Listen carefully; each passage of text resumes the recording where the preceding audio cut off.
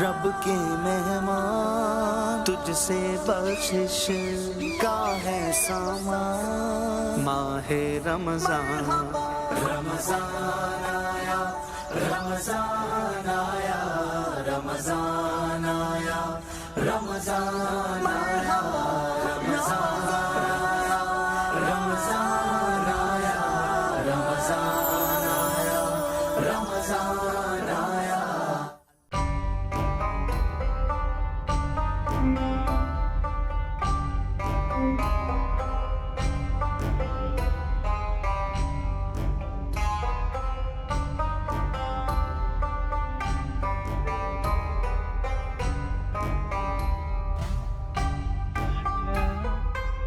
அல்லாஹு தாலா நபிமார்களை கொண்டு உம்மத்தினரை அல்லாஹுவின் பக்கம் அவருடைய உள்ளங்களை திருப்பினார்.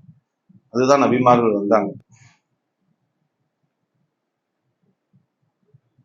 நபியை பாதி பெருமானாருக்கு பிறகு நபி இல்லைன்னு சொன்னாங்க. முகமது ரசூலுல்லாஹி ஸல்லல்லாஹு அலைஹி வஸல்லம் நபிக்கு பெருமானார் ஸல்லல்லாஹு அலைஹி வஸல்லம் இறுதி தூதர், காத்தமுன் நபி. இந்த நபிக்கு பிறகு நபியே இல்லை. ஆனால் அவுலியாவும் உம்மத்திற்கு அன்பியாய் பனி இஸ்ராயீல், உம்மத்தில் உள்ள இறை நேசர்கள், அவங்க பனி இஸ்ராயீலுடைய கூடத்துல வந்த நபிமார்களுக்கு ஒப்பானவர்கள். அவங்க என்ன வேலை செஞ்சாங்களோ அந்த வேலையை என்னுடைய உம்மத்தில் உள்ள வலிமார்கள் செய்வாங்க. கலிமாவுடைய விளக்கத்தை தானும் அறிந்து பிறருக்கும் அந்த கலிமாவை அறிவித்தவர்கள் தான் வலிமார்கள், இறை நேசர்கள். அதுல தானும் வாழ்ந்தவர். பெருமானார் ஸல்லல்லாஹு அலைஹி வஸல்லம் இந்த ரமதானை நம்ம மதிக்கணும்னு சொன்னா அதுக்கு காரணம் நம்ம ஷேக் தான்.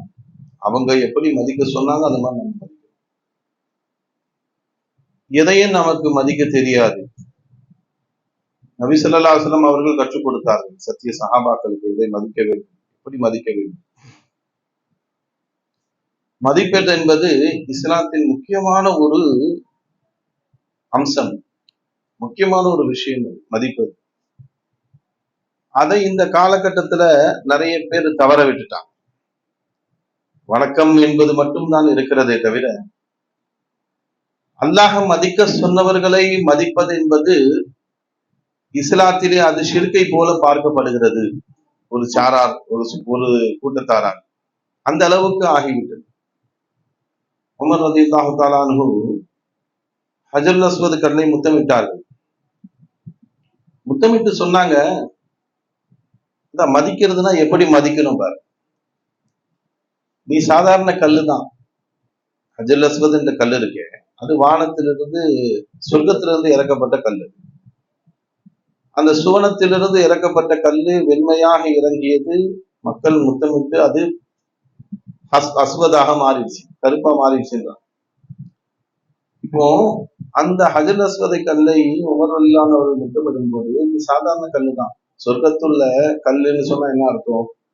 சொர்க்கவாசியுடைய காலடியில் கிடக்கக்கூடிய கல். இப்ப கல் என்ன தலைமையிலையா இருக்கும்? கல்லு கீழே தானே கிடக்கும். எவ்வளவு கல்லு நம்ம போடும்போது ரோட்ல கீழே கிடக்குது. அந்த மாதிரி சுவனத்தில் கலக்கக்கூடிய ஒரு கல்லு. அதனால அதை மதிக்கணும்னு அவசியம் இல்லைன்ற. ஏன்னா சுவனத்துக்கு உரியவர்கள் இன்சான், மூமின். அல்லாஹ் சொர்க்கத்தை படைச்சதே மூமின்களுக்காக படைச்சிருந்தான். என்னை யார் விசுவாசம் கொண்டார்கள், யார் ஈமான் கொண்டார்கள் அவர்களுக்கு நான் சுவனத்தை படைத்திருக்கிறேன். அப்ப சொர்க்கத்தை அனுபவிக்க கூடியவர்கள் நாம் தான். அது சொர்க்கத்துல கல் இருக்கு, அதை அனுபவிக்குமா? அது நம்ம கால் கீழே கிடக்கக்கூடிய ஒன்றுதான். அதான் உமர் ரலியல்லாஹு சொல்றாங்க, நீ சுவனத்து கல்லாக இருக்கலாம், அதனால நான் உன்னை மதிக்கணும்னு அவசியம் கிடையாது. ஆனால் என் முத்து முஹம்மது ரசூலுல்லாஹி ஸல்லல்லாஹு அலைஹி வஸல்லம் அவர்கள் உன்னை மதித்து முத்தமிட்டார்கள், அதனால் நான் உன்னை மதிக்கின்றேன், நான் உன்னை முத்தமிடுறேன். பாருங்க, பார்வை ஒன்றுதான். என்ன கல்ல போய் முத்தம் போடுறது? ஆனால் முஹம்மது ரசூலுல்லாஹி ஸல்லல்லாஹு அலைஹி வஸல்லம் அவர்கள் மதித்தால் அதை நான் மதிப்பேன். அதுதான் இஸ்லாம், ஈமான். அப்போ பெருமானார் ஸல்லல்லாஹு அலைஹி வஸல்லம் எதையெல்லாம் மதிக்க சொன்னார்களோ அதை அனைத்தையும் மதிப்பதற்கு பேர் தான் இஸ்லாம். அதை விட்டுட்டோன்னு சொன்னா நிச்சயமாக நாம் நஷ்டவாளியாகி. உலமாக்கள் எல்லாம் சர்க்காருடைய அந்த கடைசி ஒரு 3-4 வருஷம் உலமாக்களாக சுற்றி இருந்தார்கள். நிறைய உலமாக்கள் வந்தாங்க. அப்போ நான் ஆரம்பத்துல இருந்து ஒரு 9 சில்லா 10 சில்லா வரையும் போயிருக்கு. இடையில உலமாக்கள் வருவாங்க. ஒரு நாள் வந்துட்டு போவாங்க மஜ்லிஸ். சர்க்கார் அவங்கள பேச வைப்பாங்க. அவர்களை கண்ணியப்படுத்துவாங்க. கையில் கொடுப்பாங்க, காசு கொடுப்பாங்க. அது 10,000 5,000 அது அல்லாது அவரவருடைய தகுதிக்கு ஏற்ப கொடுப்பாங்க சர்க்கார். இப்ப அந்த உலமாக்களும் இரவு முழுவதும் சர்க்காருடைய மஜ்லிஸுகளை அமர்ந்திருப்பாங்க. கரெக்டா வருஷம் வருவாங்க. ஒவ்வொரு டேட்ல வருவாங்க. ஆச்சார் கூட தெரியும். காசி மதத்துன்னு நினைக்கிறேன். காசி மதத்துன்னு ஒருத்தவங்க வருவாங்க. ஹைட்டா இருப்பாங்க. ஜமாலி ஆயிட்டாங்க. காசிம் ஜமாலி. ஒரு இன்னொரு அதற்கு ஒருத்தவங்க வருவாங்க. அவங்க கரெக்டா பத்ர் சஹாபாக்களுடைய தினத்துல வருவாங்க. பத்ர் சஹாபாக்கள் என்னைக்கு 17 வர அந்த டைம்ல வருவாங்க சர்க்கார். வந்து பத்ர் சஹாபாக்களுடைய முழு பேரையும் 13 பேரையும் அவங்க அப்படியே மனப்பாடமா சொல்லுவாங்க. சர்க்கார் அதுக்குன்னு அவங்கள நிக்க வச்சு வருஷம் வருவாங்க. அவங்கள நிக்க வச்சு நான் எத்தனை வருஷம் அப்படின்னா அந்த அதிர்த்து வந்ததுல இருந்து நான் பாத்துருக்கேன். சர்க்கார் அவர் வந்தவொடனே அவரை நிக்க வச்சு அந்த 313 சஹாபாக்களுடைய பேரை சொல்லி ரலியல்லாஹு சர்க்கார் சொல்லிட்டு இருப்பாங்க. இன்னைக்கு இவங்க பேரை கேட்கறது தான் நம்மளுடைய கொண்டாட்டம். அதுதான் எல்லாம் மதிக்கிறாங்க. அவருடைய பேரை கேட்பதுதான் இன்னைக்கு ரமலான் அப்படின்னாங்க சர்க்கார். அவரை கண்ணியப்படுத்துவாங்க. நான் எதுக்கு சொல்ல வரேன்னா, அந்த உலமாக்கள் வந்தாங்க பாத்தீங்களா, அவர்கள் இரவு முழுவதும் இருந்து பயான் கேட்டாங்க. அவங்களும் பயான் பண்ண சொல்லுவாங்க, அவங்களும் பயான் பண்ணியிருக்கிறாங்க. ஏதாவது ஒரு அதிகம் சொல்லுவாங்க, ஒரு சம்பவம். உலமாக்களை பொறுத்தவரை ஏன்னா இல்மு எப்படிப்பட்டதுன்னு சொன்னா ஷேஃபுடைய பரிதான். இங்கிருந்து வந்தா நீ ஷேஃபுடைய பரிதான் தானே. ஒரு உதாரணம் சொன்னாங்க. என்னன்னா, ஆலிம்களுடைய இல்மு இருக்கு பாருங்க, அது எப்படிப்பட்டதுன்னா ஹவுஸ்ல இருக்கக்கூடிய தண்ணி போல. பள்ளிவாசல் ஹவுஸ் இருக்கும். சில ஹவுஸ் பாத்தீங்கன்னா 10 அடி இருக்கும், சில ஹவுஸ் 20 அடி இருக்கும். ஹவுஸ்ல உள்ள தண்ணி போல. இந்த தண்ணி இருக்குமான்னு கேட்டா இருக்காது. ஹவுஸ்ன்னு சொல்றது ஒரு தொட்டி மாதிரி சுத்தி டைல்ஸ், இப்பெல்லாம் டைல்ஸ் எல்லாம் ஒட்டுறாங்க. முன்னாடி எல்லாம் பூசி இருப்பாங்க, இப்ப டைல்ஸே ஒட்டுறாங்க. அப்படியே பார்த்தா பளிச்சுன்னு தெரியுது, கீழே உள்ள டைல்ஸ் வரையும் தெரியுது. அவ்வளவு அழகா இருக்கு. அதுல மோட்டர் போட்டு தண்ணி ஊத்துவாங்க. ஒரு குளம் வச்சிருக்கோம், மோட்டர் போட்டாங்கன்னா தண்ணி ஊத்திக்கிட்டே இருக்கும். அதுல ஒளி செய்வாங்க. அது குறைய மோட்டர் போட்டு நிறைப்பாங்க. இந்த ஹவுஸ் தண்ணி மாதிரி ஆலிம்களுடைய இல்மு எப்படிப்பட்டது? ஹவுஸ் தண்ணி மாதிரி. பல கிதாபுகள்ல பார்த்து அங்க இருந்து இங்க இருந்து அந்த அஜத்து சொன்னது, இந்த இமாம் சொன்னது எல்லாத்தையும் கேட்டு அவங்க ஒரு கிரகிச்சு அவங்க ஒரு இல்மு சொல்லுவாங்க. கிதாபுகளில் இருந்து வரக்கூடிய இல்மு தான், அதுக்கு மேல எதுவும் சொல்ல மாட்டாங்க. அன்னைக்கு பார்த்தாதான் பயான். திடீர்னு ஒருத்தரை போய் நிக்க வச்சா, என்னடா இது திடீர்னு நிக்க வச்சுட்டாங்களே, அடுத்து ஒரு 10 நிமிஷமாவது டைம் கொடுங்க. திடீர்னு எஞ்சி சொன்னா இன்னும் ஒரு 4 பேர் பேசிட்டோம், அப்புறம் நான் பேசுறேன்னு. என்னைக்கு பயான இங்க ரிப்ளை பண்ணி பார்க்கலாம்னு அவர் யோசிப்பாரு. சும்மா பயான் பண்ணிருப்பாரு, அங்க பயான் பண்ணி என்னைக்கு பயான இன்னைக்கு ரெக்கார்டா போடலாம் அப்படின்னு அவர் தேடுவாரு. அதுவும் அந்த பயான் இருக்குல்ல, ஒரு ரெக்கார்டு வச்சிருப்பாங்க. அந்த ரெக்கார்டுடைய பயான இந்த மஜ்லிஸுக்கு பொருத்தமா இருக்குமான்னு தெரியாது. இந்த வாட்டி ஜும்மால பேசியிருப்பாரு, அதை இந்த மஜ்லிஸுக்கு பேசினா பொருத்தமா இருக்காது. அதனால என்னைக்கு உள்ள பயான் இதுல கொஞ்சமாவது சிங்க் ஆகுதுன்னு பார்த்தா அந்த மாதிரி பயான அது ஒரு 4-5 சப்ஜெக்டை எடுத்து ஒரு 1/2 மணி நேரமா ஒரு டைம் கொடுக்கும். அப்பதான் அவர் பேச முடியும். அவர் அப்படியே பேசி முடிச்சிருவாங்கன்னு வச்சுக்கோங்களேன்.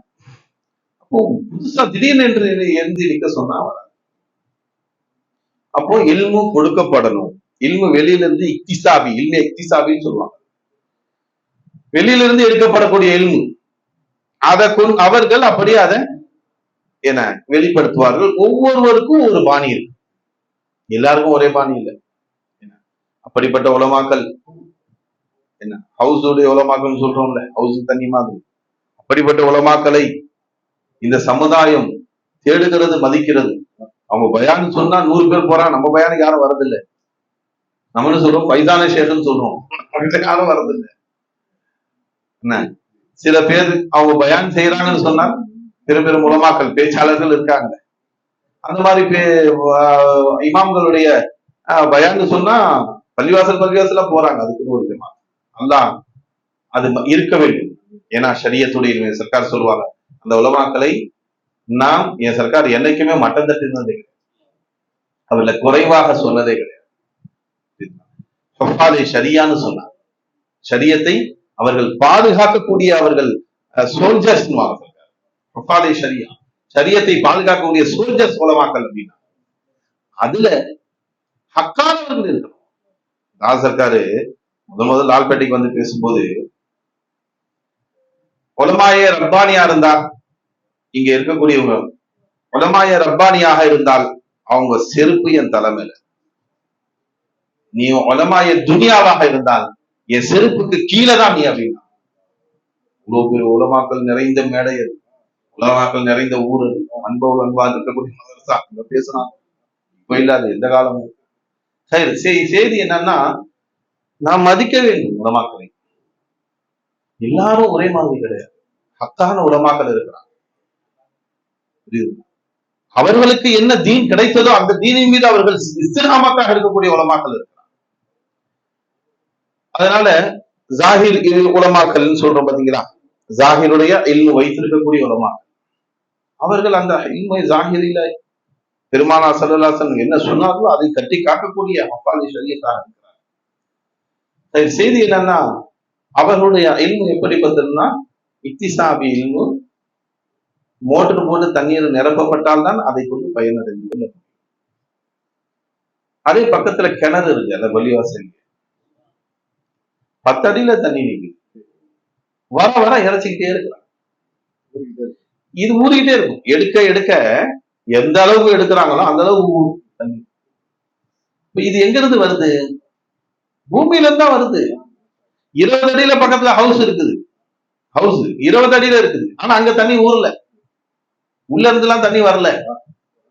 இவங்க ஊத்தி தான் தண்ணி எடுக்கணும், அதுல இருந்து தான் பயன் பெறணும். அங்க அப்படி அல்ல, 10 அடியில தண்ணி நிக்குது, கிணறு பக்கத்திலேயே இருக்குது, ஹவுஸுக்கு பக்கத்திலேயே, அந்த கிணறுல தண்ணி எடுத்துட்டே இருக்காங்க. அங்கதான் மோட்டர் போட்டு இங்க வருது தண்ணி, அந்த கிணத்துல மோட்டர் போட்டுதான் இங்க தண்ணி வருது ஹவுஸுக்கு.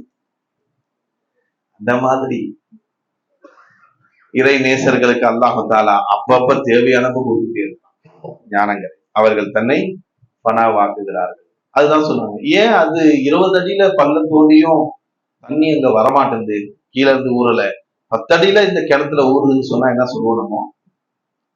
அந்த 20 அடியை தோண்டி இருந்தாலும் சரி, 30 அடி தோண்டினாலும் சரி, நீங்க தான் டைல்ஸை போட்டு மூடிட்டீங்களே, கீழே இருந்து தண்ணியை வர விடாம, ஊத்து வர விடாம தான் க்ளோஸ் பண்ணிட்டீங்களே, அதை தாண்டி எப்படி வர முடியும்? அது வரணும்னு தான் பாக்குது, ஆனா வர முடியாம தடை இருக்குது. அந்த மாதிரி ஜாஹிர் ஆலிம்கள் நாம் பேசுகின்ற எண்ணத்தில் பேசுவதனால நஃப்ஸ் தடையாக இருக்கிறது இறைவனிடம் செய்தி வருவதற்கு. நான் என்ற நஃப்ஸ் இருக்குல்ல, மமதை, அது தடையா இருக்கு. நான் பேசிட்டேன், நான் பார்த்துட்டேன், நான் பண்ணிட்டேன், நான் என்ன மாதிரி பய ஸ்பீச் பண்ணிட்டேன் என்று அவர்கள் தன்னை பார்க்கிறார்கள். அந்த நஃப்ஸ் தடையாக இருக்கிறது, இறைவனுடைய அருள் வருவதற்கு தடையாக. மகான்கள் அப்படி அல்ல, பேசும்போது முதல்ல அந்த முலாகவா செஞ்சுட்டு தான் பேசணும். நான் இல்ல, அல்லாஹ் நீ தான் என்ன பேச வைக்க. இந்த மக்கள் என் சர்க்கார் சொல்லி கொடுத்தான் எப்படி பேசணும். பேசுறதுக்கு சான்ஸ் கிடைச்சா முதல்ல நீங்க அல்லாஹ்ட்ட ருஜுவா, அல்லாஹ் என்ன பேச ஒரு வாய்ப்பு கொடுத்த.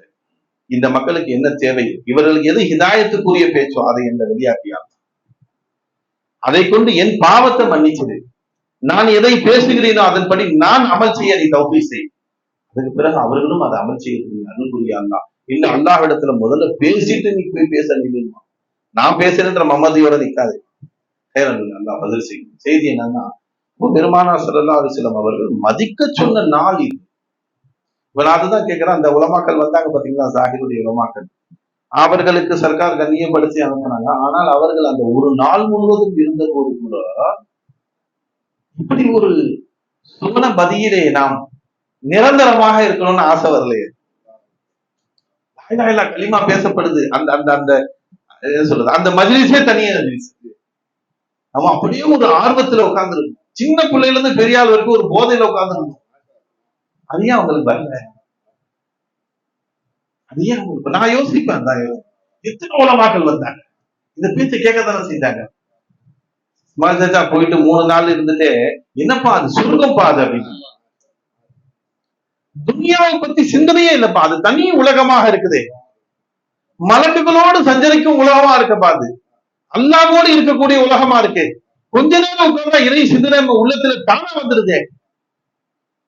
அப்படி சொன்ன இடம்தான் அவர்கள் இருந்து திரும்ப 2வது வருகையில்.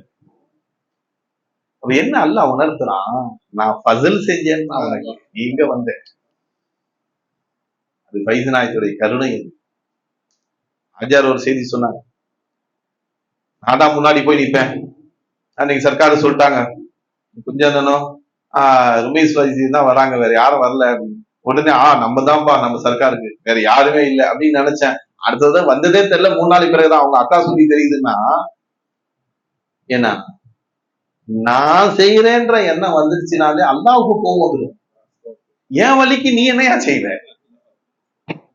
சர்க்கார் என்ன சொன்னாங்களா அதுக்கு பிறகு, என்னம்மா 3 நாளா காணோம், நான் வந்து 3-4 நாள் ஆச்சு, இப்போ வந்துருக்கிறீங்க, உங்கள்கிட்ட அல்லாஹ்ட்ட கேட்டு வாங்கிக்கிட்டேன் அப்படின்னு என்ன அர்த்தம்? நீ செஞ்ச தவறின் காரணமாக, நஃப்ஸின் காரணமாக அல்லாஹ் உன் மீது கோபம் விட்டு தூரமாக்கி விட்டான், வந்ததே தெரியல. ஆனால் ஷேகு மேல ஷேகு கருணை இருக்கு, முரீது மேல என்ன இருந்தாலும் அந்த முரீதை நான் எப்படி விட முடியும்? அதனால்தான் முகமது ரசூலுல்லாஹ்வுடைய குணம் தோய்ந்தவர்கள் இவ்வலிமார்கள், இறைநேசர்கள், ஷேகுமார். யாரெல்லாம் அந்த முரீதை நீ கொண்டு வந்துரு, நீ கோவப்பட்டாத ரப்பே, எனக்காக மன்னிச்சிரு என்று நமக்காக நம்ம ஷேக கடமேந்துகிறார்கள். அதனால வந்ததுங்க இது. நம்ம எல்லாம் உட்காரவே இல்லை, நம்ம உட்காரவும் முடியாது. அது எஜமா நம்ம உள்ளங்கள்ல அந்த முகப்பத்தை போட்டார்கள், அவங்க வாங்கிட்டு வந்தாங்க, அவங்க எழுத முடிச்சாங்க, இல்லைன்னா நம்ம இருக்கோம். ஹைர் அல்லாஹ் பதில் செய்து. அதனால இந்த ரமதான் புனிதமானது, மதிக்க சொன்னவர்கள், கற்றுக் கொடுத்தவர்கள் ஃபைஸ் நாயகம். இன்று வரை நாம் நம்மை அவர்கள் தான் அவருடைய ஃபைசானை கொண்டு, அருளை கொண்டு நம்மை ஈர்த்து கொண்டு இருக்கிறார்கள். 2 தான்.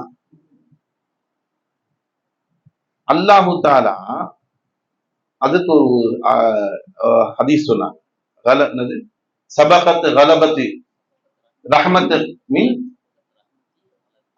சபகத் ரஹ்மத்தி அலா கலபி, என்னுடைய கோபத்தை விட ரஹமத்து முந்தி விட்டது. அந்த ரஹமத் என்னது? அல்லாஹ்வின் கோபத்தை விட முந்திய ரஹமத் எது? அது முகமது ரசூலுல்லாஹ். கருணையே வடிவாக படைத்தது முகமது ரசூலுல்லாஹ். அதனால்தான் அல்லாஹ் என்ன சொன்னான், அர்சல்னாக ரஹமத்தல் லில் ஆலமீன், ரஹமத்தல் லில் மூமினீன் இல்ல, ரஹமத்தல் லில் முஸ்லிமீன் இல்ல, ரஹமத்தல் லில் ஆலமீன், அகிலத்தார்களுக்கு அருட்கொடை முகமது ரசூலுல்லாஹ். அந்த அருட்கொடை எங்கிருந்து வந்தது? அல்லாஹ் சொல்றான், என்னுடைய கொடைதான். அல்லாஹ் ஃபஸல் செய்யணும், விளக்குற நசீபு கொடுக்கணும். 2 முகம், ஒரு முகம் கோவப்படுகிறது, இன்னொரு முகம் அரவணைக்கிறது. முகம் சொல்றது கை சொன்னா அதுதான் உடல்ல இருக்கு. 2 முகம் யாருக்கும் கிடையாது. ஒரு கரம் அடிக்கிறது, ஒரு கரம் அணைக்கிறது, 2மே அவர் உடல்ல தான். அந்த மாதிரி அல்லாஹ் கோவப்படுகிறான், முகமது ரசூலுல்லாஹ் அரவணைக்கிறார். அதனால அந்த ரஹமத்தில் முந்திவிட்டதன் காரணமாக அந்த ரஹமத்துடைய அக்ஸாக இருக்கக்கூடிய வலிமார்கள், இறை நேசர்கள் நமக்காக மன்றாடி கொண்டிருக்கிறார்கள். அதனால அல்லாஹு தாலா நிஸ்பத்துகளை கொண்டுதான் அரவணைக்கிறான். ஒரு குழந்தை இந்த உலகத்தை முடிச்சிட, ஒரு குழந்தை பிறக்குது உலகத்துல, தாயும் இல்லை தந்தையும் இல்லை. இப்ப அவன் எவ்வளவு சீரழிவான்? அவனை யாராவது தாய் தந்தையிட போல பாதுகாப்பாங்களா? யாரோ சார்ச்சாவோ யாரோ ஒருத்தர் சொந்தக்காரங்க வளர்க்குறாங்க, அவனை வேலை வாங்குவார். இவனை கொண்டு எனக்கு என்ன பயன்னு கேட்பான். நான் இவ்வளவு நாள் சூறு போடுறதுக்கு ஏதாவது பழையன்னு இருக்கணும். நான் பிள்ளைய சொல்ல மாட்டான் வேலை, அவனை வேலை வாங்க போடா, சும்மா உட்காந்துக்கல. தன் பிள்ளைய படிக்க வைப்பான், அவனை படிக்க வைக்க மாட்டான், வேலை வாங்கிட்டு. அப்ப தாயை போல அரவணைக்க முடியாது. இந்த பிள்ளைய வளர்க்கறது யாரு நீங்க சொல்லுங்க? இந்த பிள்ளைய ஹக்கீக்கத்துல வளர்க்கறது யாரு? அல்லாஹ்தான். மற்ற பிள்ளைங்களை வளர்க்கறது யாரு? அல்லாஹ்தான்.